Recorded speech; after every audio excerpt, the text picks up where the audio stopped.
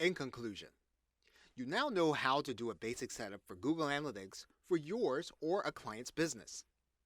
Now, whether you have a WordPress, HTML, or page builder site, you can now set up your website to track activity. You've learned that the specialized features give you leverage to create your own reports and views of your information.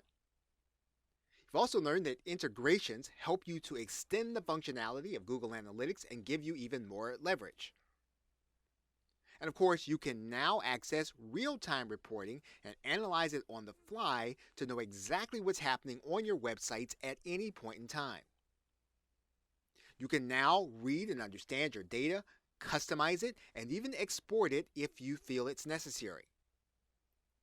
And of course, now you're ready to look deeper at the functions as you begin to use them more every day.